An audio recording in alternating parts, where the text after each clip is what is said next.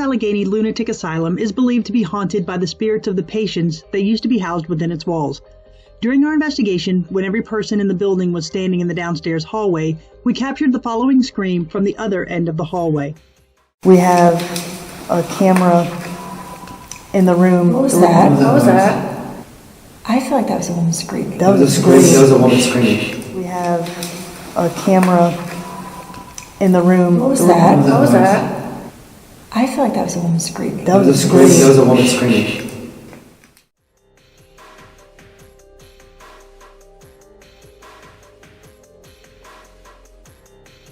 The Ma Barker House, located in Central Florida, is the location of the 1935 shootout between the FBI and Ma and Freddie Barker, two members of the Barker Carpus Gang.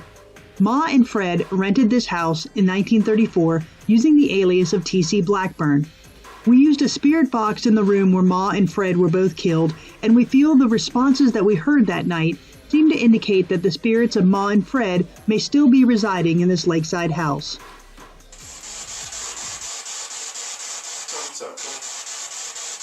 Ma Barker, are you with us?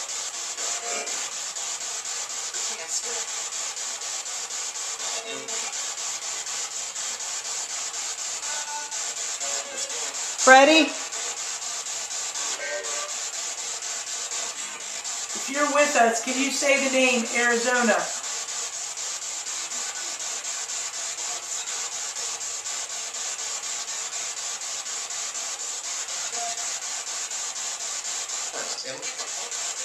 Can you say Blackburn?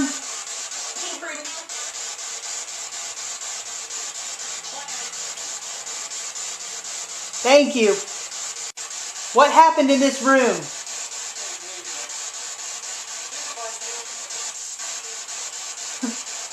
I thought you said we the ones killed.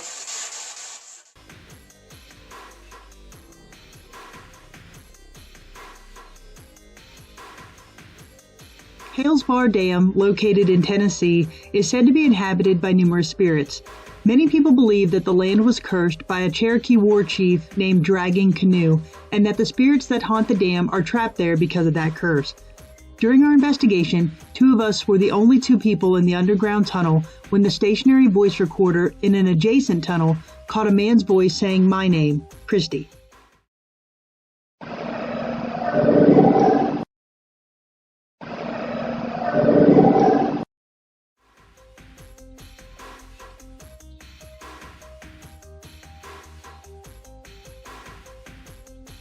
The small town of Trenton, Florida, sits a small jail that provided a vast array of paranormal evidence during our investigation.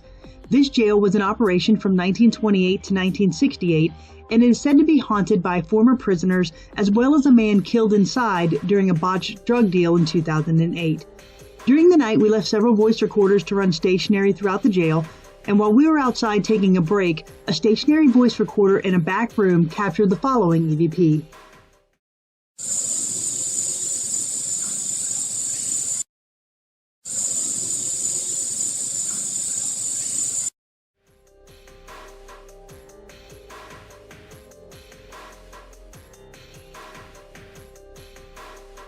Prospect Place Mansion in Trenway, Ohio, was a house that was once used as a stop on the Underground Railroad.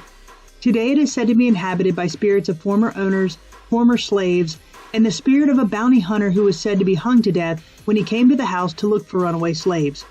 During our investigation, a stationary voice recorder in an upstairs bedroom captured the following EVP while all investigators were away from the area.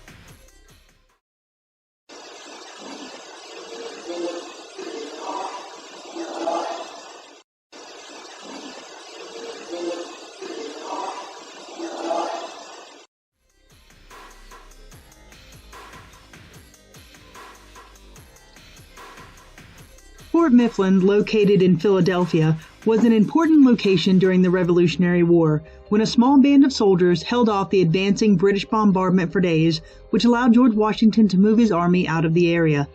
During the Civil War, it was a location where prisoners on both sides were held within the tight underground casemates.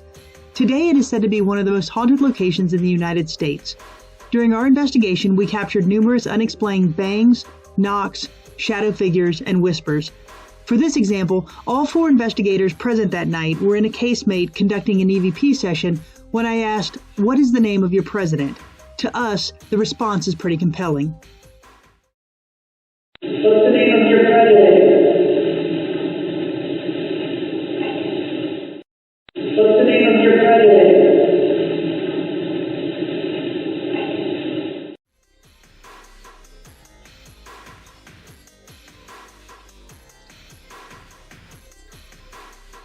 Brushy Mountain State Penitentiary is located in Tennessee, and it is a former maximum security prison that is said to be one of the most haunted locations in the United States. Soul Sisters Paranormal has investigated this location on 2 separate occasions, and both investigations yield extremely compelling paranormal evidence. On one investigation, we were joined by Miranda Young from Ghost Biker Explorations. During an EVP session in the gymnasium, we had positioned various pieces of equipment on the floor, and we all formed a semicircle around that equipment. During this time, Miranda was also using her SLS camera, which, generally speaking, attempts to display any perceived anomalies as stick figures on the screen. At one point during our session, we first captured an EVP, and then I noticed a shadow dart in front of the REM pod. Miranda also captured an anomaly on her SLS camera. As we all watched, the shadow once again crosses in front of the REM pod, and we were able to capture this on camera.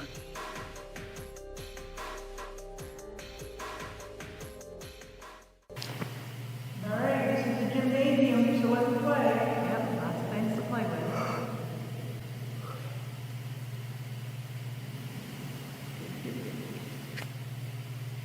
You want to walk up to any one of these things?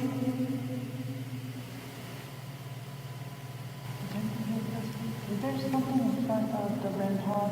I mapped something right in front of the REM pod. Is there something in front of the right of the REM pod? It's a black shadow. I just mapped something Did you there. see it? Yes. Holy shit.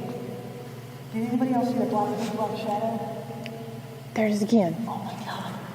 There it is again.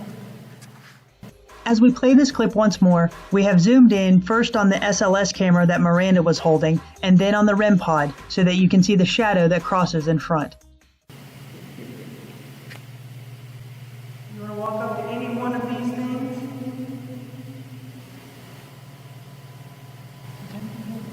Is there something in front of the REM pod? I mapped something right in front of the REM pod. Is there something in front of the right of the REM pod? It's a black shadow. I just mapped something Did you there. see it? Yes. Holy shit. Did anybody else see the big black shadow? There it is again. Oh my god. There it is again.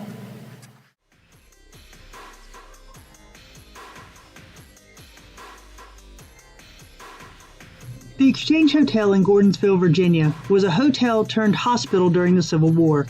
During its tenure as a hospital, it witnessed over 700 deaths of both Union and Confederate troops. During our investigation, we attempted to make contact with the many spirits of men, women, and children that are said to reside within its walls. We left a stationary voice recorder on one of the beds, and during the night, this male voice was captured, yet there were no men anywhere on the property that night.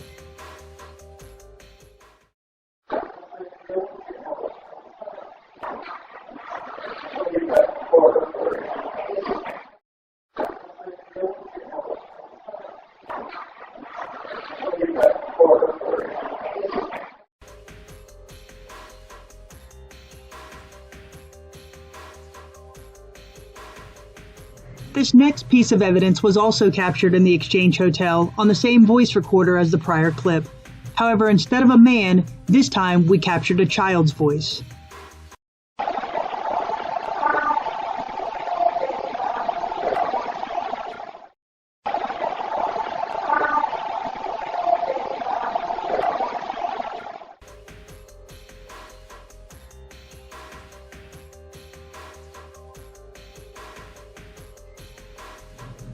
For the final clip, we returned to Fort Mifflin to casemate number 11.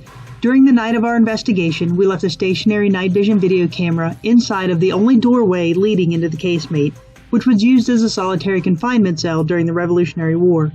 We left the laser grid to run directly in front of the camera, and during the night, when no one was on this side of the property, something unseen crosses in front of the camera, breaking the beams of the laser as it does so.